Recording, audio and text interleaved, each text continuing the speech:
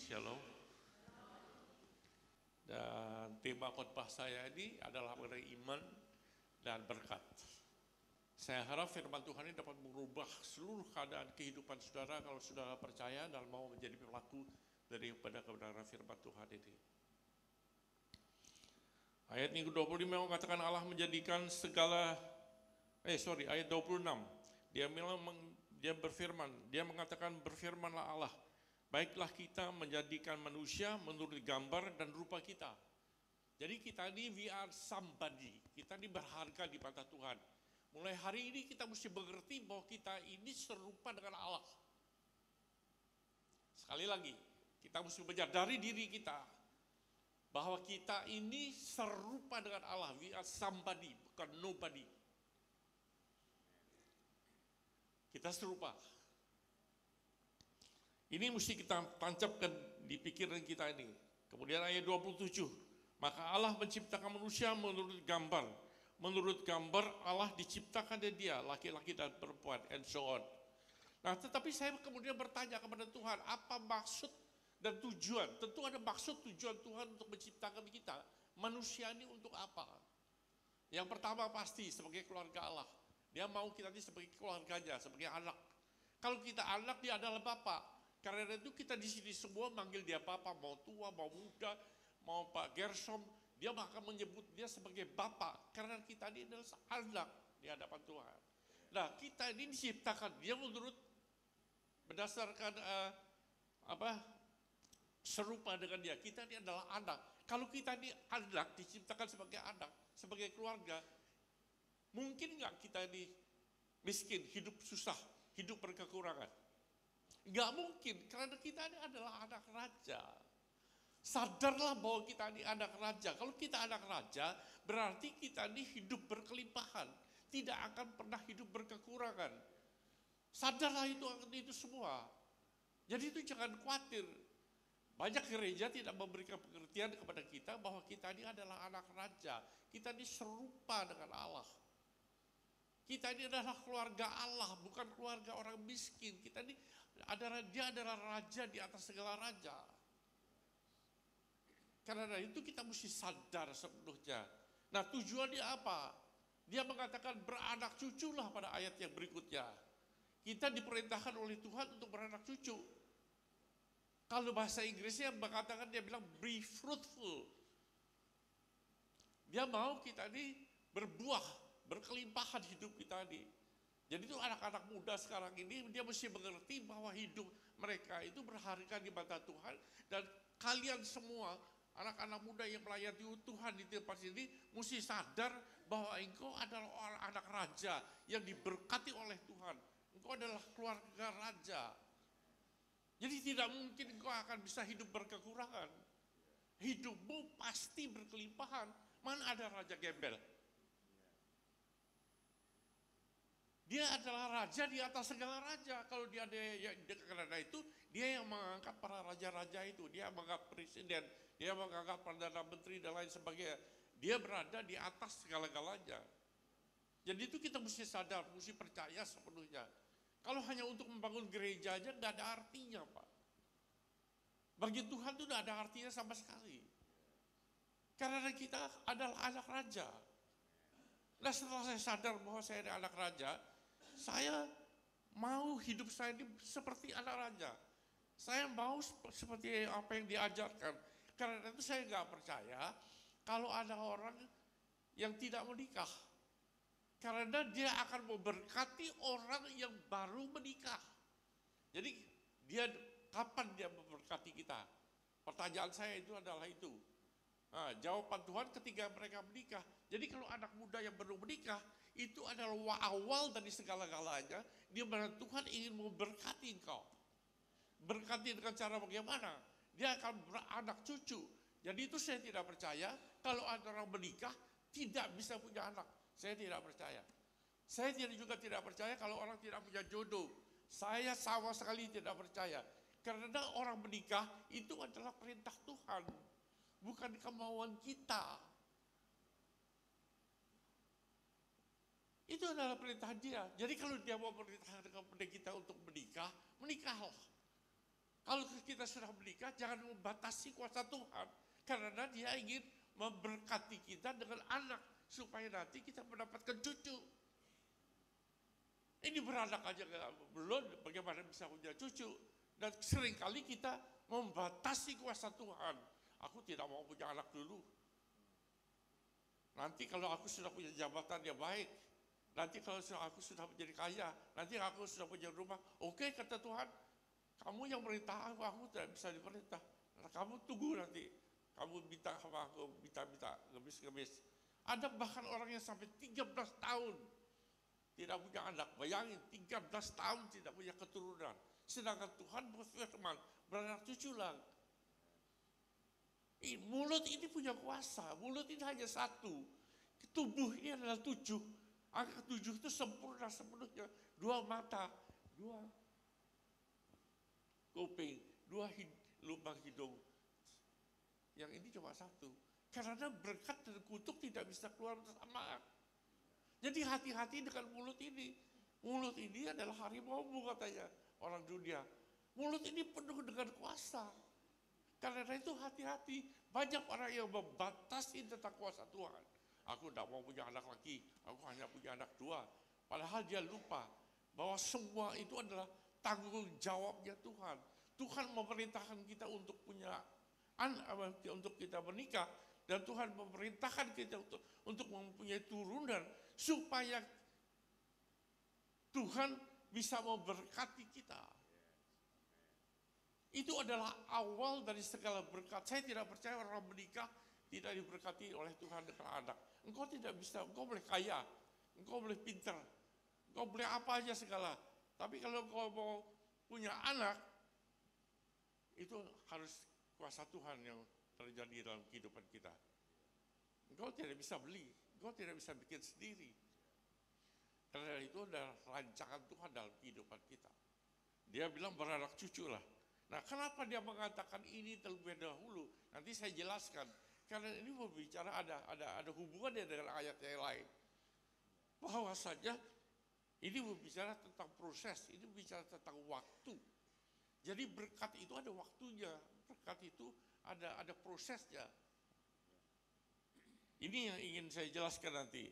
Kemudian dia mengatakan beranak cucu lah. Dan pada ayat yang berikutnya dia mengatakan 29 berfirmanlah Allah, lihatlah aku memberikan kepadamu segala tumbuh-tumbuhan yang berbiji di seluruh bumi dan segala pohon yang buahnya berbiji, itulah yang menjadi makananmu.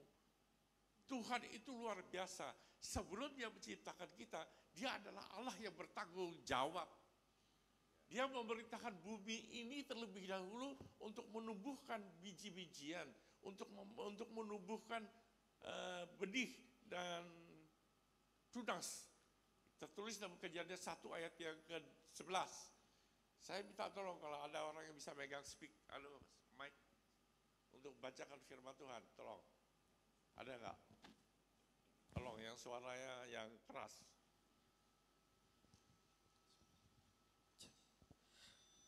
Berfirmanlah Allah, Hendalah tanah menumbuhkan tunas-tunas muda, tumbuh-tumbuhan yang berbiji, segala jenis pohon buah-buahan yang menghasilkan buah yang berbiji, supaya ada tumbuh-tumbuhan di bumi. Dan jadilah demikian. Ayat 12. Tanah itu menumbuhkan tunas-tunas muda, segala jenis tumbuh-tumbuhan yang berbiji, dan segala jenis pohon-pohonan yang menghasilkan buah yang berbiji. Allah melihat bahwa semuanya itu baik. Semuanya itu baik. Ini diperintahkan oleh Tuhan terlebih dahulu bumi ini untuk menumbuhkan itu semua. Untuk apa? Untuk keperluan kita semua. Ayat 28, supaya ada makanan kepadamu. Dan itu diberikannya kepada kita. Jadi waktu kita menikah, kita punya anak, ketika kita punya anak, kita punya turunan, biji-bijian ini semua diberikannya kepada kita. Bayangin, semua tumbuh-tumbuhan yang ada buahnya yang berbiji, itu diberikannya kepada kita. Ketika manusia melahirkan anak. Itu adalah tanggung jawab Tuhan dalam kehidupan kita. Jadi tidak mungkin kita ini dalam kehidupan kita bisa hidup susah, tidak mungkin. Tuhan sudah memprotek kehidupan kita. Dia ingin supaya kita ini keberkatan dan berkelimpahan dalam kehidupan kita. Biji ini diberikan kepada kita. Bayangin, kita punya anak, tapi Allah yang bertanggung jawab, dia titipkan kepada kita. Nih, aku berikan kamu anak. Tapi dia juga bertanggung jawab atas kehidupan anak itu. Jadi kalau sampai ada orang tua yang tidak bisa membiayai anaknya sekolah, itu adalah tanggung jawabnya orang tua. Itu adalah kesalahannya orang tua. Jadi orang tua harus introspeksi. Karena Tuhan bertanggung jawab atas anak-anak ini.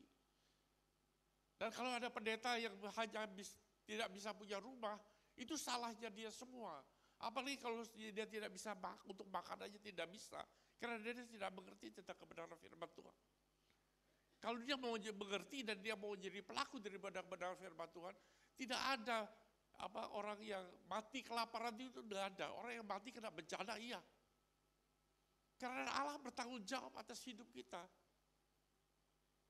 Nah kalau kita berani menyebutkan nanti diri kita orang Kristen, Tuhan mau kita ini hidup berkelimpahan, bukan berkecukupan, berkelimpahan hidup kita ini. Nah kalau dahulu semua itu serba otomatis, kalau kita menjadi anak Allah, maka ketika kita jatuh di dalam dosa, semuanya itu sudah bukan otomatis lagi.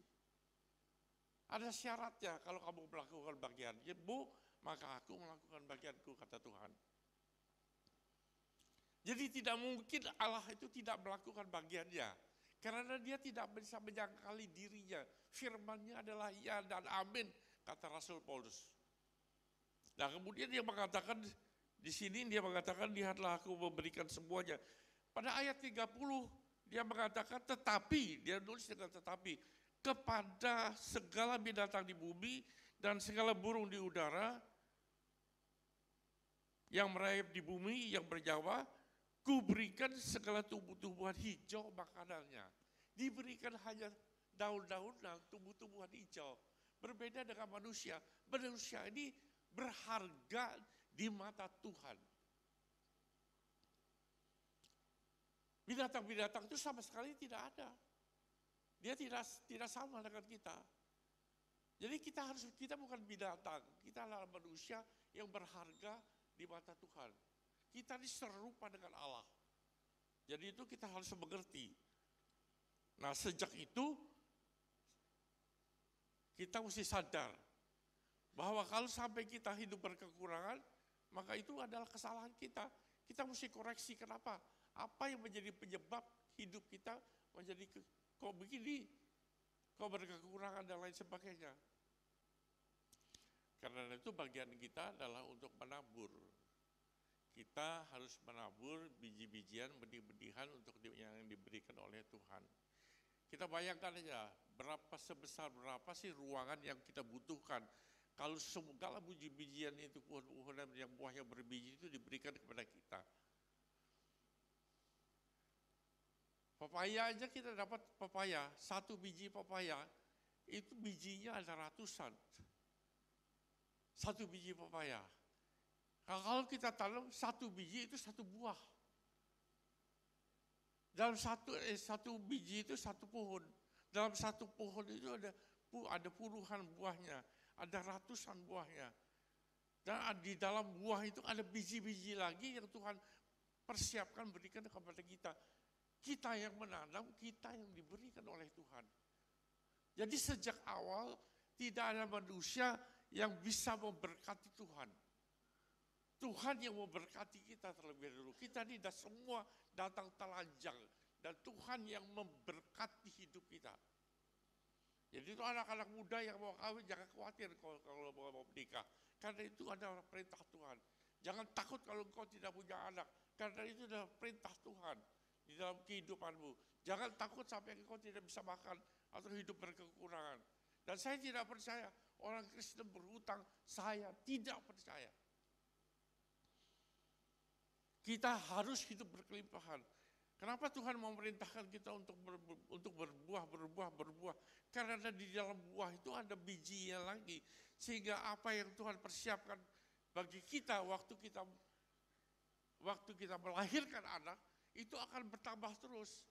Jadi kalau kita memberi Tuhan, itu kita bukan memberi Tuhan. Itu hanya caranya aja.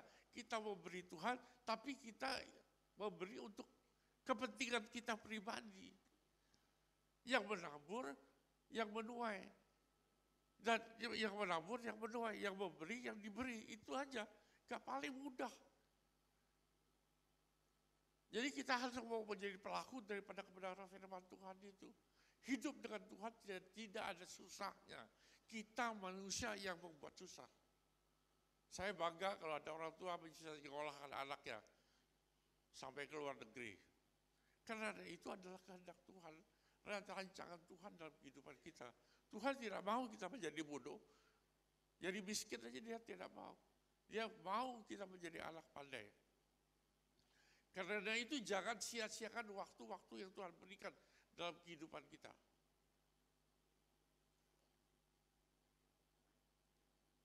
Nah, saya setelah mengenal tentang kebenaran firman Tuhan ini, saya mulai menabur. Dahulu saya juga suka memberi, tetapi tidak ada firman-Nya. Sehingga saya memberi dengan sia-sia, seperti saya ini jawatan sosial aja. Karena belas kasihan saya mau beri orang. Tapi itu maksudnya Tuhan bukan begitu. Elia, janda Sarfat, dia hanya punya tepung, dia susah, dia hanya tepung, gandum, dan minyak. Dia mengatakan, ini yang terakhir ketika Elia ketemu dengan dia. Nah, Elia mengatakan adalah gambaran daripada Tuhan, dia mengatakan, aku dulu. Nah, kalau kita mau mengutamakan Tuhan dalam kehidupan kita, maka Tuhan memberkati kita. Elia mengatakan, janda Sarfat mengatakan ini yang terakhir, setelah itu besok aku mati. Banyak manusia suka menentukan hidupnya sendiri. Tapi Tuhan tidak ingin begitu. Selama kita mau melakukan bagian kita, Tuhan pasti melakukan bagiannya. Pasti kita berdoa tidak sepasti itu. Karena kita tidak tahu halangan apa yang menjadi penghalang waktu kita berdoa. Apakah sudah beres doa kita, apa dosa kita dan lain sebagainya. Tetapi kalau kita mau melakukan bagian kita menabur, maka kita pasti mendapat bagian kita. Menabur itu jangkanya itu hanya 1 tahun. 1 tahun Tuhan pasti mengembalikan semuanya itu. Bahkan kalau kita hidup bergaul dengan Tuhan, kita melekat dengan Dia, kita mau menjadi sebagai doer pelaku, maka dalam 1 tahun itu saya percaya semua itu akan kembali, akan pulih kembali. Tuhan akan berkatin. Kenapa? Di Kejadian pasal 26 ayat yang pertama, coba bacakan. Kejadian 26, Iskak, mengenai Iskak. Iskak dalam keadaan kelaparan.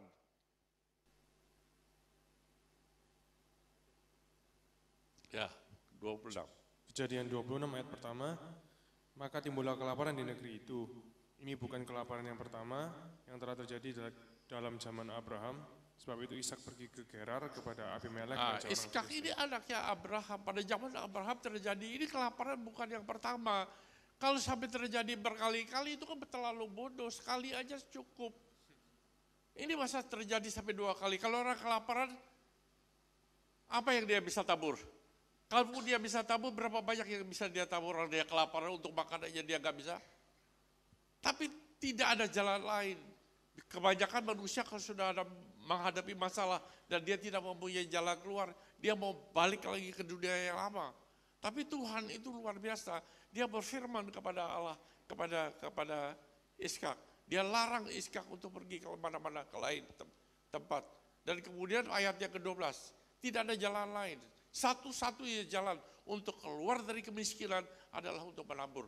Ayat 12. Kejadian 26 ayat 12. Maka menaburlah Ishak di tanah itu. Maka, perhatikan maka. Menaburlah Ishak. Gak ada jalan lain. Dia menabur. Kemudian apa katanya? Dan dalam tahun itu juga ia mendapat hasil 100 kali lipat. Maka pada tahun itu juga, tahun in the same year, dalam tahun itu juga. Jadi kalau saudara menabur, saudara pastikan bahwa di tahun itu juga saudara dalam kurun waktu 1 tahun, atau dalam tahun itu juga saudara akan mendapatkan 100 kali lipat ganda, 100 kali lipat. Terus. Sebab ia diberkati Tuhan. Nah, sebab dia diberkati Tuhan. Ayat berikutnya. Dan orang itu menjadi kaya. Nah, orang itu menjadi kaya. Bahkan kian lama kian kaya. Kian lama kian kaya. Sehingga ia menjadi sangat kaya. Menjadi sangat kaya. Luar biasa Tuhan itu. Di Jakarta ada seorang ibu, suami istri yang ketemu dengan saya, dia dalam keadaan bangkrut. bangkrut. Saya tidak tahu kalau dia rumahnya sudah terjual. Saya coba tahu dia bercerita bahwa rumahnya di Beverly Hills di Amerika sudah terjual. Kemudian dia waktu saya ajar tentang kebenaran firman Tuhan ini, dia bertanya sama saya bisa dapat kembali nggak itu rumah? Saya bilang bisa. Saya suruh dibaca ini. Saya jamin bisa, asal kau mau percaya, asal kau mau jadi pelaku daripada kebenaran firman Tuhan. Saya tidak mengerti sama sekali sampai di mana keadaan dia, tapi saya dengar dari luaran bahwa ada jenderal-jenderal itu sudah nggak bisa dibayar sama dia. Ada yang sahamnya 6 miliar, ada yang berapa miliar, ada berapa miliar, dia diancam mau dibunuh sama jenderal itu. Nah, kemudian dia mau jadi pelaku daripada kebenaran firman Tuhan ini, dia tabur untuk apa? Untuk supaya dia bisa mulai bangkit kembali. Karena kita mesti menyebutkan untuk apa taburan ini. Kita spesifik mesti kita sebutkan. Karena tidak mungkin engkau menabur biji mangga, keluarnya durian. Tidak mungkin. Jadi, in the seed is your destiny. Jadi untuk anakmu sekolah kayak, untuk masa depan anakmu kayak, untuk apa sebutkan kepada Tuhan. Sebutkan khusus kepada dia. Dia melakukan tentang kebenaran firman Tuhan ini. Akhirnya dia dibangkitkan oleh Tuhan. Dia kaget luar biasa bahwa firman Tuhan itu ada ya dan amin. Akhirnya dia lakukan apa yang saya ajarkan kepada dia. Dalam 1 tahun Pak Stopo, rumah yang di Beverly Hills itu dia beli kembali $17 juta. 17 juta dolar, bukan 17 juta rupiah. Wah, dia gembiranya luar biasa. Dia bisa beli rumah lagi. The next year dia bisa beli rumah lagi di Kebayoran. Saya baru diceritakan sama dia bahwa yang rumah yang lama itu kontrakan. Saya sudah tidak punya rumah lagi. Mobil aja itu waktu dia sudah jual beli mobil untuk bayar gaji dan lain sebagainya. Tetapi Tuhan bangkitkan, pulihkan kembali seluruh keberadaannya. Dalam 4 tahun dia bisa, usahanya bisa dilipat gandakan oleh Tuhan. Sebab Tuhan berbicara tentang benih ini, tentang pelipat gandaan. Beranak cuculah, engkau tidak akan diberkati hanya dengan anak, tapi engkau juga diberkati dengan cucu. Tuhan tidak berhenti hanya dengan anak, tapi Tuhan mau meneruskan sampai cucu. Itu adalah janji Tuhan. Jadi itu jangan khawatir. Dan Tuhan mau melipat gandakan. Engkau menanam satu, Tuhan berikan 1 pohon. Dalam 1 pohon ada berapa buah, dalam berapa itu ada puluhan buahnya. Dalam itu setiap buah ada bijinya lagi. Maka kita akan, biji yang diberikan kepada kita, kalau kita pakai terus tanpa kita mau menabur, kita tidak percaya, maka yang diberikan kepada kita habis Pak. Seperti janda Sarfat itu. Orang kalau sampai hidup sampai berhutang karena dia tidak pernah mau menabur. Karena dia tidak percaya tentang kuasa Tuhan. Kalau kita sekarang mau pikirkan dengan pikiran kita ini, nggak nyampe. Lakukan, orang percaya Tuhan yang mau melakukan. Ada iman, pakai iman kita. Iman itu berbicara dari tidak ada menjadi ada. Dan saya berbicara ini bukan hanya kalau saya bicara tentang ibu ini, ratusan orang Pak. Bangkit Pak, tidak ada yang nggak bangkit, semua bangkit. Loh, saya sendiri bangkit. Kalau saya nggak bangkit, kalau saya hidupnya nggak berkelimpahan, nggak berkekurangan, saya nggak berani ngajar tentang firman ini. Rumah kembali, mobil kembali, perhiasan kembali, cincin kembali, semua kembali, tidak ada yang kembali. Malahan berlipat kali ganda, 30, 60, 100 kali lipat ganda. Saya hidup mewah Pak, terus terang. Karena Tuhan itu mengikuti pola hidup saya. Saya mengerti bahwa Tuhan itu mengikuti hidup saya. Kalau engkau mau hidup seperti anak miskin, ya berkat orang miskin yang sampai kepada kamu. Gampang.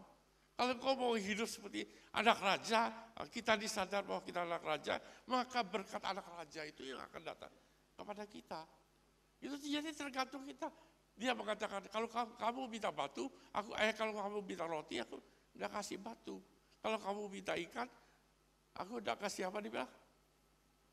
Ular apa buaya? Hah? Ular. Dia nggak kasih ular, jadi dia mengikuti kita. Nah, saya hidup itu tidak mau sembarangan. Dari dulu saya adalah orang yang perfeksionis. Orang nggak tahu lah susah. Saudara saya pun meraba-raba aja. Saudara, biarpun saudara Pak, uang nggak bersaudara. Dia tahu kita susah, dia tidak nolong sama kita. Kalau kita kaya, dia kekurangan, dia nyalain kita. Itu saudara. Jadi jangan urusan susah jangan bawa-bawa saudara deh. Kalau kita di hidupnya kaya, enggak usah dibawa-bawa, dia tahu sendiri. Dia datang sendiri, kalau cium dari mana. Ya. Kalau kita nggak punya dihina.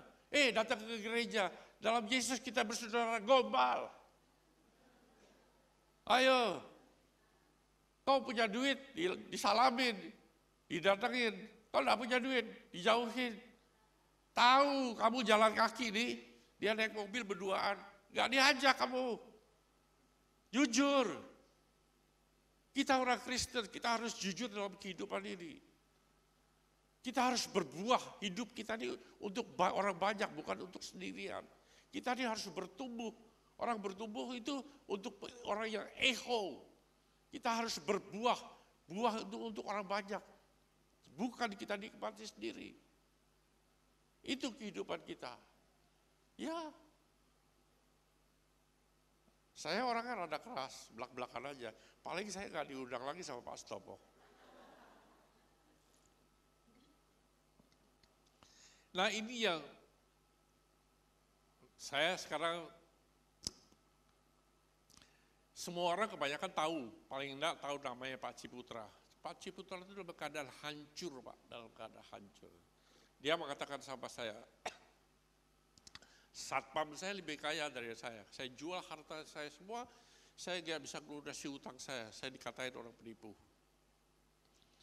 Jadi ketemu sama saya di Pulau Seribu, saya bawakan firman Tuhan. Kenapa dia bilang firman Tuhan itu seperti mengena, dia terus seperti Pak Tony itu nunjuk saya terus-terusan, dia padahal saya enggak, jujur juga enggak. Gitu. Itu waktu ada dua orang, ada Samadikun sekarang masuk penjara.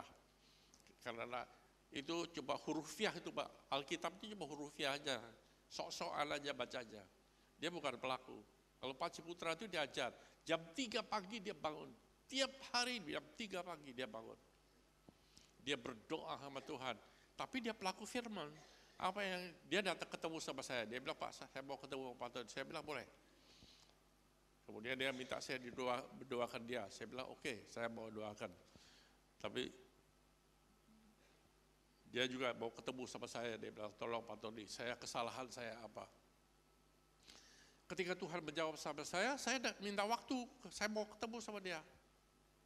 Ketika saya beritahukan tentang ini, saya datang mau duit. Bukan saya minta duit Pak, saya datang mau benih. Kepada Pak Ci, ini ada benih. Tuhan suruh saya memberkati untuk Pak Ci. Saya jamin Pak Ci pulih kembali.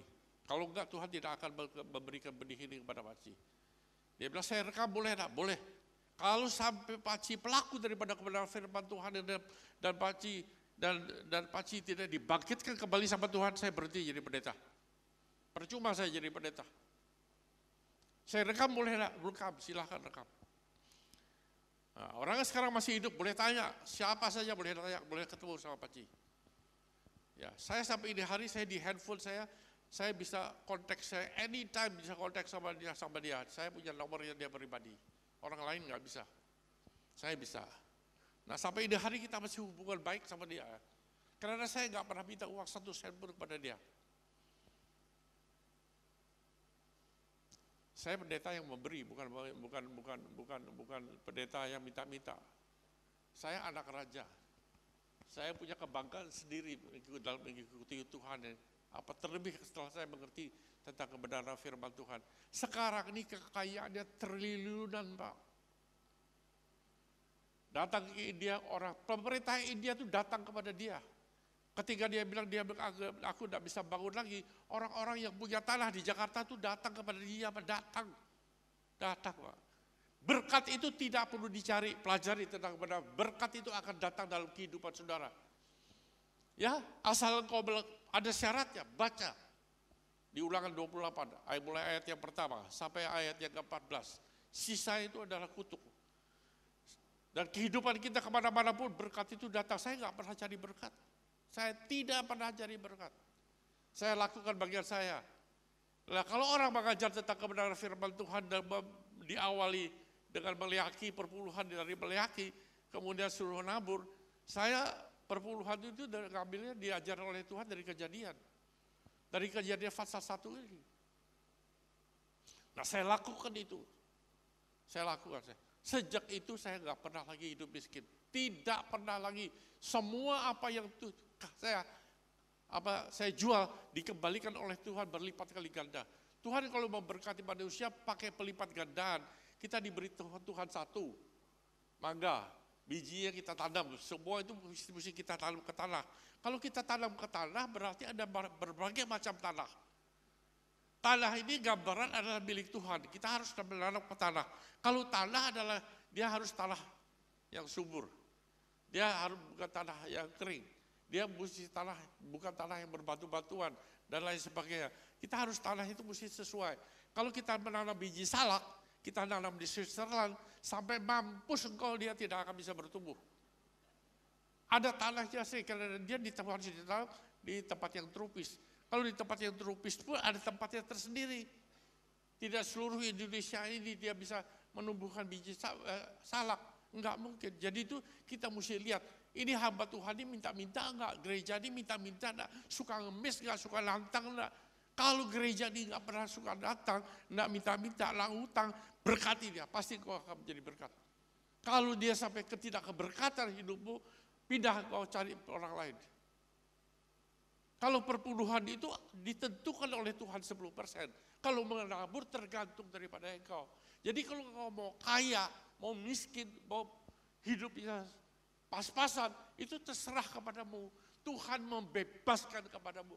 Dan Tuhan mengikuti pola hidupmu. Pola hidup kita ini yang mau diikuti oleh Tuhan. Jadi kalau engkau dari muda sudah setia kepada Tuhan, engkau mau menabur, engkau mau membayar perpuluhan, sampai mati engkau tidak akan pernah bisa hidup susah. Catat, camkan itu. Tidak akan pernah bisa hidup susah. Ini gereja mau bangun nih Pak ya. Saya ambil bagian 100 juta. Catat, saya kirim nanti ke rekening. Saya tabur nih di gereja ini. Loh, saya bukan hanya bisa berbicara, saya buktikan saya punya pengalaman dalam kehidupan ini. Saya hidup bersama dengan Tuhan. Saya keliling dunia dengan Alkitab ini aja.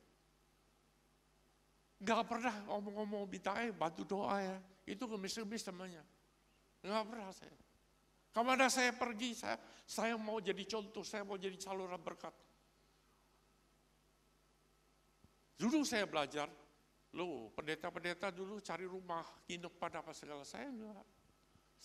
Awal saya pelayanan, saya masuk bintang 5. Ya.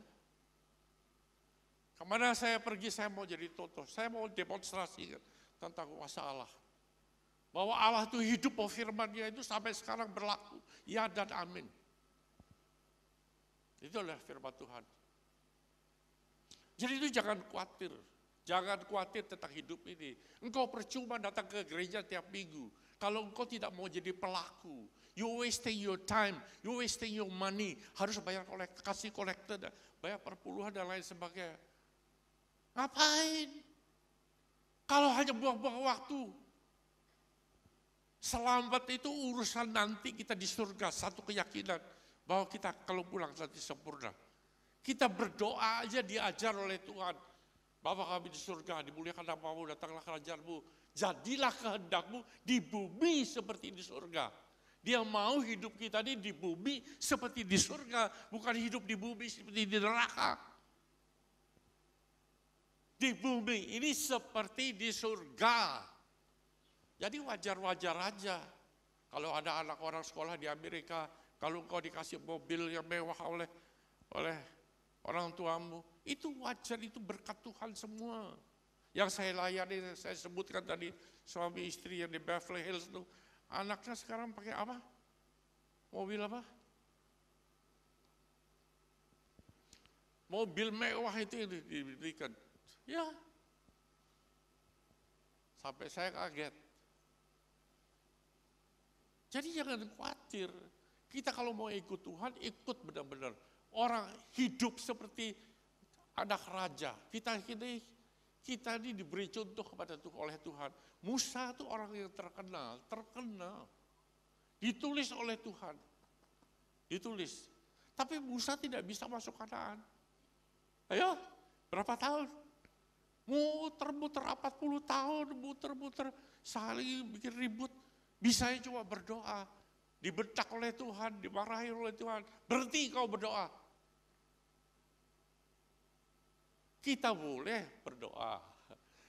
Tapi Musa disuruh Tuhan berhenti. Coba baca, nanti katanya saya dikoceh aja lagi. Ulangan. Ulangan. 14. Nanti dulu ya.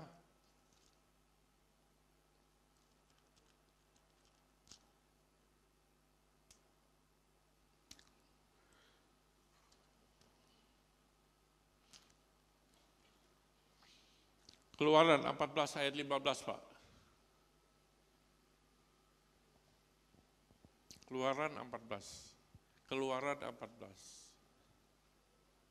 Ayat 15.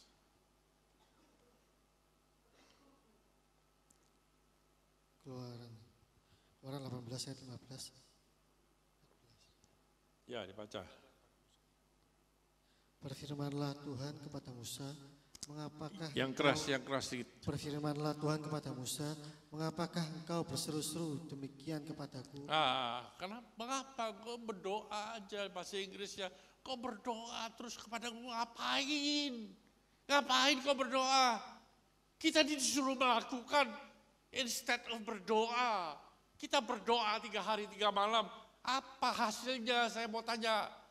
Dulu zamannya saya dengan Yusuf Roni, sedikit retreat, suruh bayar kita. Terus suruh doa puasa, ada doa semalam suntuk. Saya tetap jual harta, saya tetap hidup berkekurangan. Ya, tapi Tuhan bilang lakukan firman ini. Yakobus 1 ayat 22. Terus baca kamu. Katakanlah kepada orang Israel supaya mereka berangkat. Katakan sama rakyat Israel lu, berangkat. Bukan berdoa tok. Berhenti kau berdoa. Lakukan apa? Banyak orang datang ke gereja. Begitu firman itu mengena dalam kehidupannya, engkau tidak mau jadi pelaku daripada kepada firman Tuhan. Engkau datang ke tempat ini, engkau tidak punya pikiran untuk memberkati gereja. Karena engkau memberkati gereja, engkau memberkati dirimu. Yang kau pikirkan hanya keluar dari sini nanti makan kemana. Engkau berani mengeluarkan duit untuk makan daripada untuk menabur. Sedangkan engkau memberkati Tuhan itu untuk memberkati dirimu sendiri.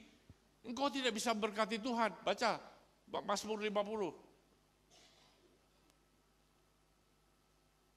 Mulai ayat yang ke-9.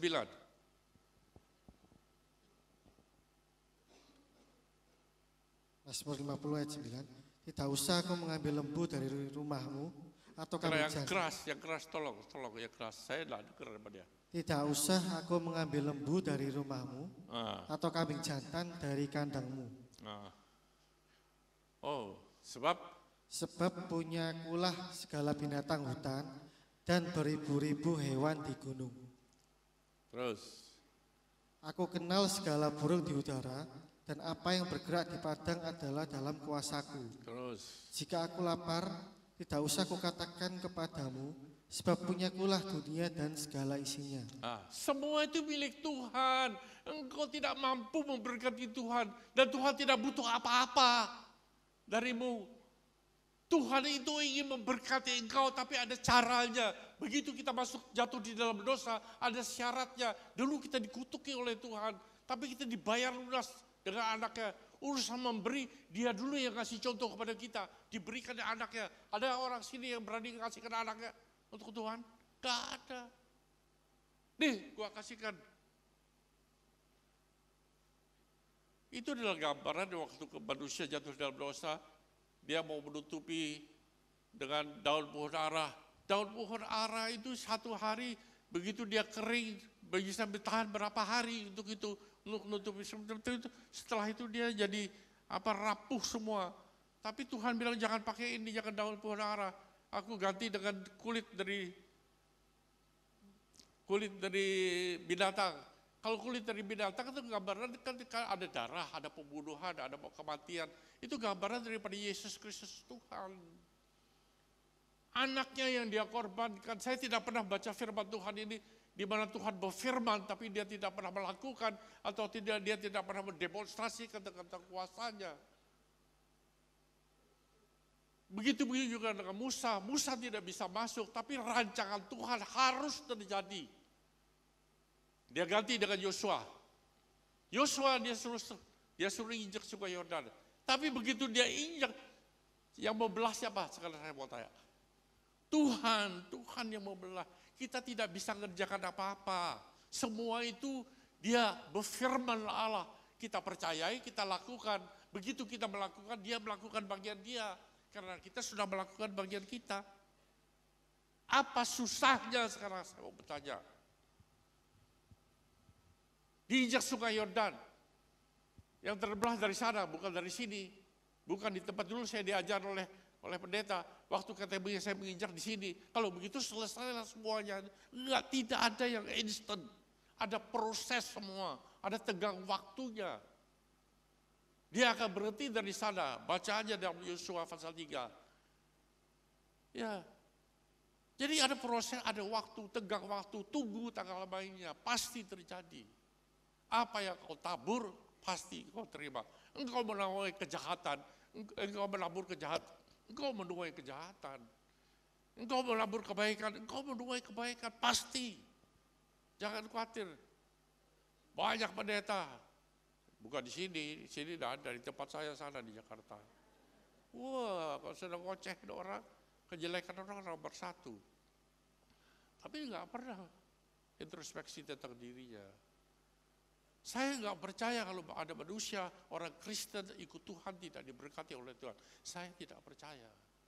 Karena saya ngalami udah puluhan tahun bersama dengan istri saya. Kita ngalami, kita hanya mau jadi pelaku. Yakobus 1 ayat 22. Yakobus 1 ayat 22. Tetapi hendaklah kamu menjadi pelaku firman dan bukan hanya pendengar saja.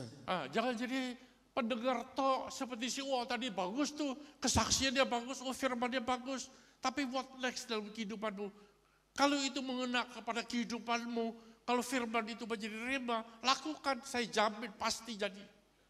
Jadi pasti, lakukan. Karena semua itu untuk kepentingan kita, bukan untuk kepentingan orang lain. Anak-anak muda seperti ini, saya senang mereka mau melayani. Tapi kalau dia tidak mengerti untuk apa tujuannya, dia hidup untuk apa, dia sebagai orang Kristen untuk apa, dia harus mau melakukan bagiannya sebagai apa. Saya jamin ya, di dalam nama Yesus engkau tidak akan pernah hidup berkekurangan. Berkesusahan tidak. Tuhan akan bukakan usaha-usaha yang baru. Tuhan akan bukakan berkat-berkat yang baru. Tanpa engkau minta. Tuhan mencegah semua usaha-usaha yang tidak benar. Dia cegahin satu persatu. Ya. Dia ingin melipat gandakan 30, 60, 100 kali lipat ganda. Itu yang terjadi dalam kehidupan kita. Saya sejak mengenal firman Tuhan, sorry Pak, 6 bulan engkau di gereja, engkau udah diberkati keluar cari gereja lain. Ya, saya ngomong di depan anak saya, di gereja anak. 6 bulan engkau tidak berubah hidupmu keluar. No excuse. Berarti kamu gak cocok seperti ini. Atau kamu yang bukan pelaku. Baca. Tuh, selanjutnya. Sebab jika tidak demikian. Jika tidak demikian kamu menipu diri sendiri. Ya. Kamu menipu diri sendiri. Nah, ini banyak kita menipu diri kita sendiri. Kita datang ke gereja sok jadi orang Kristen yang baik dan lain sebagainya. Tapi kita menipu diri kita sendiri. Hidup kita tidak berubah. Ngapain kita ke gereja hidup kita gak berubah? Ngapain saya mau tanya sekarang? Habis bulan tetap habis. Mau nyekolahin anak gak punya duit, mesti hutang. Siapa yang mengajar kita hutang itu siapa? Nyicil motor pendeta. Ini ngomong pendeta gampang, karena kita kan gampang ya Pak, kita pendeta. Jadi nggak ada orang yang mau nyalain kita.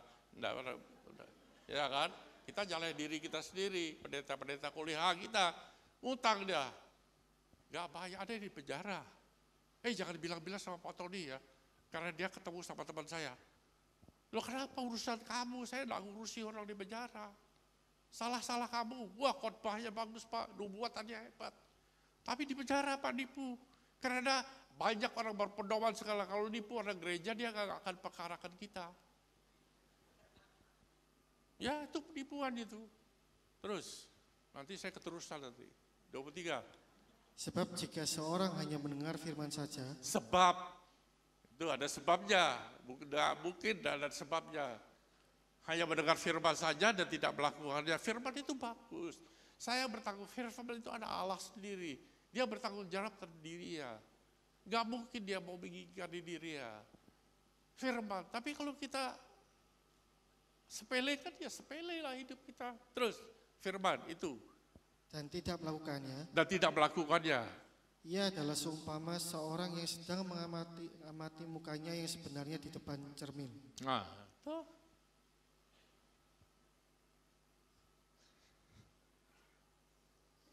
Terus Pak. Baru saja ia memandang dirinya, ia sudah pergi atau ia segera lupa bagaimana rupanya. Tetapi barang siapa meneliti hukum yang sempurna, yaitu hukum yang memerdekakan orang, dan ia bertekun di dalamnya, jadi bukan hanya mendengar untuk melupakannya, tetapi sungguh-sungguh melakukannya, ia akan berbahagia oleh perbuatannya. Tuh. Jadi tergantung hidup kita ini tergantung kita. Tuhan tidak pernah membatasi. Yohanes 15:14. Jikalau kamu mengasihi aku, kamu akan menuruti segala perintahku. Ada batasannya enggak? Ada batasannya enggak? Enggak ada batasannya. Jika kamu minta sesuatu kepadaku dalam namaku, aku melakukannya. Tapi baca ayat 12. Kalau bahasa Inggrisnya lebih jelas, whatsoever you ask in my name. Gak ada batasan, whatsoever. Apapun yang kamu minta, Tuhan tidak bisa membatasi kemintaanmu. Dan yang nyuruh meminta itu adalah Dia. Tapi engkau harus mau menjadi pelaku. Bagianmu dulu yang mesti kamu lakukan. Supaya Dia bisa melakukan bagiannya. Terus. Ayat 12 ya. Aku berkata kepadamu, sesungguhnya barang siapa percaya kepadaku, ia akan melakukan juga pekerjaan-pekerjaan yang aku lakukan. Bahkan pekerjaan-pekerjaan yang lebih besar daripada itu. Lebih besar. Sebab aku pergi kepada Bapa.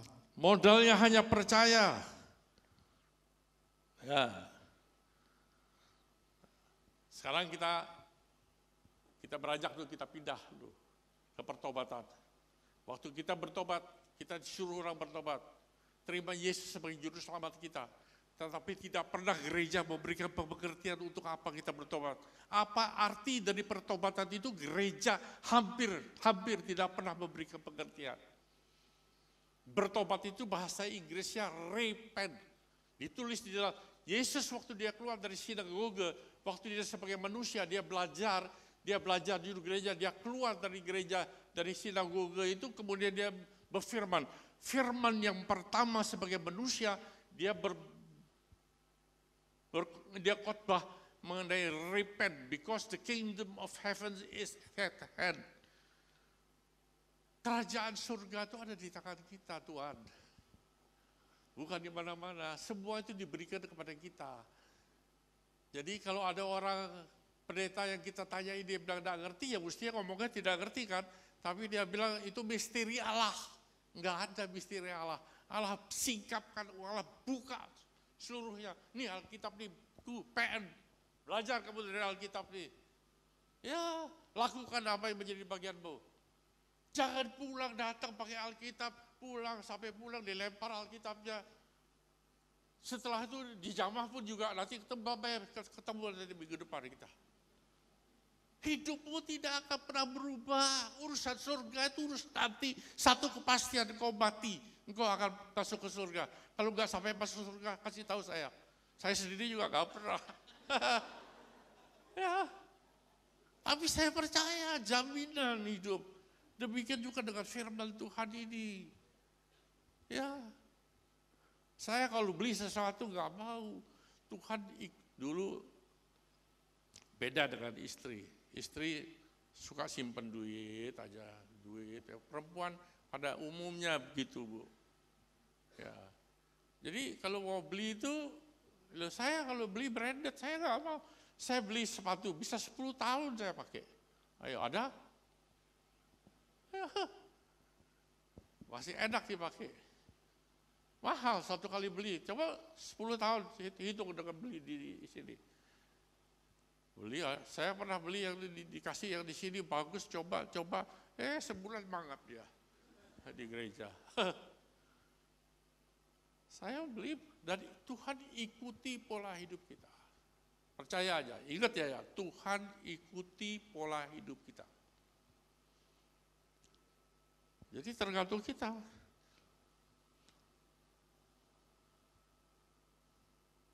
Jadi dia mulai khotbah itu repent, itu kembali, dia mau kita mau kembali. Setelah kita manusia jatuh berdosa, kita dikutukin, kemudian dia tebus kita, kalau kita kasih karunia-Nya, kemudian kita, dan sejak itu ada syarat. Kalau kamu begini, aku begitu. Kalau kamu begini, aku begitu. Tapi semua itu begini begitu itu berdasarkan firman Allah, bukan atas kemauan kamu sendiri. Itu semua atas kebenaran firman Allah. Pen itu berarti dari penthouse, bahasa Inggris kuno. Di Inggris itu cari sana, di sana penthouse. Gitu. Nah dia mau, kalau engkau bertobat, namanya bertobat itu hidup lama kita itu dihapuskan. Karena roh Allah itu kita undang. Kamu undang enggak masuk dalam? Nah, waktu kamu undang itu dia masuk enggak? Rohnya itu yang masuk. Kalau roh Allah masuk dalam hidupmu, roh yang lama yang keluar. Nah, roh yang masuk ini dia ingin mengubah pola kehidupan kita. Pola kehidupan kita berubah. Dulu kita ini penjudi. Oke, keluar. Sekarang kita nggak berjudi lagi. Karena ada Roh Kudus di dalam kita nih. Nah, kita apa? Suka main perempuan, keluar. Kita berhenti. Suka pukul bini, berhenti semua. Since that on harus berhenti. Kalau sampai 5-6 bulan pertobatanmu itu tidak ada perubahan dalam kehidupan kamu, gombal. Berarti Tuhan itu tidak pernah berkuasa dalam kehidupanmu. Engkau tidak mengerti bahwa dia ingin mengambil alih tubuh ini. Bukankah kita serupa dengan dia? Ayo, roh kita dipanggil masuk di dalam kehidupan kita ini. Itu sebabnya kita harus berubah, Engkau suka merokok, dirubahkan oleh Allah, berhenti engkau merokok. Baru saya percaya bahwa dia sudah berubah. Dia sudah bertobat. Kita bisa lihat dari kehidupannya bahwa dia sudah bertobat. Ya. Itu ya Tuhan. Tuhan ingin bawa kita naik. Naik. Jadi kalau ada orang mengatakan, oh Tuhan mau menghancurkan dulu. Memang Tuhan itu sadis. Dibangkrutkannya dulu, dinolinya dulu. Itu omong kosong, tidak ngerti firman. Sejak itu dia ingin merubah kita, dia bawa kita naik. Dari tangga itu mulai dari 0. Begitu dia naik kita sampai mulai dari 10. Dari 10 dia mulai lagi ke 11. Sampai 1000. Dari 1000 dia tidak mau berhenti sampai 1000. Dia mau berhenti sejenak untuk membawa engkau naik lagi ke 1001. 1001 sampai nanti 10.000. Sampai sejuta pun dia akan mulai 1.001 lagi. Dia akan terus bawa engkau naik. Kalau engkau ada di penthouse yang tingkat 50 dan engkau jangan puas sampai tingkat 50. Engkau mesti berada di tingkat 100. Pindah ke bangunan yang lain. Cari yang ada 100 tingkatnya. Kau akan dipindahkan ke penthouse tingkat yang 100. Karena itu tujuan Tuhan dalam kehidupanmu. Kalau engkau ikut Tuhan 10 tahun, hidupmu statis dan engkau tidak pernah berubah. Bahkan engkau tambah menderita. Sampai engkau untuk biaya yang gak cukup, untuk beli motor yang gak punya, apalagi beli rumah. Pasti ada yang gak benar. Pasti ada yang tidak benar. Saya 8 tahun menderita bersama dengan istri saya. Ya, jual terus, jual. Gengsi kan? Jual terus. Tapi ketika saya mengerti firman Tuhan, saya ikut Tuhan itu bukan, enggak ada paisingkinya, enggak ada. Tuhan kau yang berfirman, tak baca sekarang. Aku sekarang mau jadi pelaku, aku minta. Kau nyuruh minta, sekarang aku minta. Kalau engkau tidak ngabulkan, aku tunggu seminggu. Dan ngabulkan, aku buang. Aku bakar kitab ini, kita bye-bye. Aku enggak mau ikut kamu lagi. Simple. Begitu dia kasih, kayak kaget, saya ketakutan sendiri. Enggak berani lagi ngancam dia. Ya. Dia mengatakan dia hidup. Loh kalau dia hidup, dengar dong saya. Yang nyuruh minta kamu. Tapi itu firman kan mengena kepada saya. Gitu. Ya saya berani lakukan. Saya minta. Jadi pen itu penthouse. Jadi kita mesti dibawa dia masuk terus sampai ke atas. Lah kalau dia masuk, kalau Yesus waktu kita bertobat, kita undang. Dia rohnya kan yang masuk. Kalau rohnya masuk, puasanya ikut masuk enggak? Kalau puasanya ikut masuk, urapannya ikut masuk enggak? Dia bukan separuh. Dia satu, dia masuk. Dan kalau kita masuk, kita saat itu kita mesti mengindahkan dia. Dia mau ambil alih kehidupan kita ini, mau diambil alih.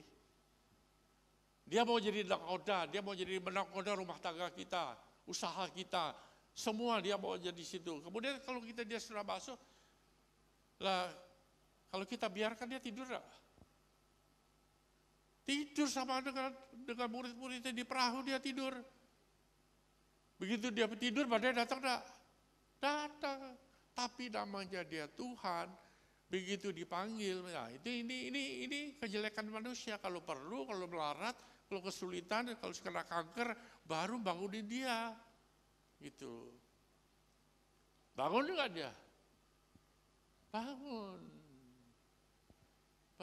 Dan dia kalau bangun tidak diem aja. Badai itu pun reda, segera reda. Tuh, jangan hanya mendengar kesaksian orang aja, tapi lakukan. Nah, Tuhan bilang, aku angkat engkau sebagai kepala, bukan sebagai buntut. Kita kemana-mana, kita akan dijadikan Tuhan sebagai kepala. Gitu. Berkat itu akan mengikuti kita. Dia buntuti kita, terus kemana kita pergi dia buntuti. Mau di mana aja, saya di Israel, ikut rombongan Pak. Dalam perjalanan, mau terus mau keliling, mau ke Brasil, kemana-mana, masih butuh biaya banyak gitu. Sampai di Israel kita SOS Pak. Kita lihat-lihat aja padang-padangan berdua gitu. Tapi tahu, tinggal waktu gitu. Di dalam bus saya ada orang salaman sama saya, kasih amplop di uangnya $. Ayo, enggak kenal. Itulah Tuhan. Saya bisa memberkati gereja 3M anak saya. Anak saya punya gereja. Saya berkati. Saya dari tidak ada. Saya bilang, Tuhan, masa aku anaknya? Aku kan juga hamba Tuhan. Masa aku mau berkati anak aja gak bisa? Aku minta 3M Tuhan. Tahun ini, dalam 1 tahun. Saya taburin berkat 3M. Saya taburin berkat untuk 3M. Ya. November saya bertindak. Februari saya dapat Pak. Dari Amerika kiriman 1M. Februari. 2 bulan lagi saya dapat lagi dari Singapura, 1M lagi. Ketika saya dapat yang 1M yang kedua, istri saya cerita. Waktu saya ngomong yang 3M, istri saya tanya, saya nggak cerita sama dia. Waktu saya berdoa, kok banyak itu? Dia bilang, loh kamu minta 3M, 10M, sama-sama nggak punya kok doanya. Waktu doa nggak punya duit, sama-sama dari tidak ada menjadi ada, itulah pekerjaan dia, bukan pekerjaan saya. Pekerjaan saya hanya menaburi untuk 3M. Baru dia ngerti, dapat 2M. Saya cerita sama dia, loh dapat 2M, wow. Yang dapat 1 M saya suruh kirim langsung ke gereja. Saya nggak mau saya diganggu-ganggu. Yang kedua M juga begitu, bahwa saya cerita dulu sama bini. Ini dapat dari Singapura. Bini saya, kalau saya dulu boleh nggak, katanya. Saya bilang nggak boleh. Saya doanya untuk Tuhan. Tuhan dulu yang diberesin. Karena jangan khawatir, semua itu Tuhan berikan untuk kamu. Kita memberkati dia, dia memberkati kita lebih. Itu ya pekerjaan Tuhan. Saya kemudian dapat lebih, sampai 3 itu saya bisa selesaikan, kemudian saya sendiri juga dapat lebih, diberi juga, malahan saya bisa kasih mobil sama gereja, saya diberkati juga dengan mobil dan lain sebagainya. So goes on kehidupan ini. Begitu seterusnya kehidupan ini. Jadi itu jangan disia-siakan waktu-waktu yang Tuhan sudah persiapkan dalam kehidupan kita ini. Saya membuang waktu 8 tahun menderita dalam kehidupan ini. Dalam arti kata jual, istri kemudian jual gue, saya akhirnya angkat tangan. Tapi beruntung Tuhan itu berbicara sama saya. Kalau enggak, saya enggak tahu jadi apa hari ini. Saya enggak ngerti jadi apa hari ini. Tapi itulah Tuhan. Saya mengingat waktu, saya enggak bisa perpanjang lagi. Jadi saya mau berhenti sampai di sini dulu. Dan untuk ini saya akan berikan ayat 1 lagi, Roma 8 ayat 37. Tolong, Roma 8 37. Mereka udah pergi ini.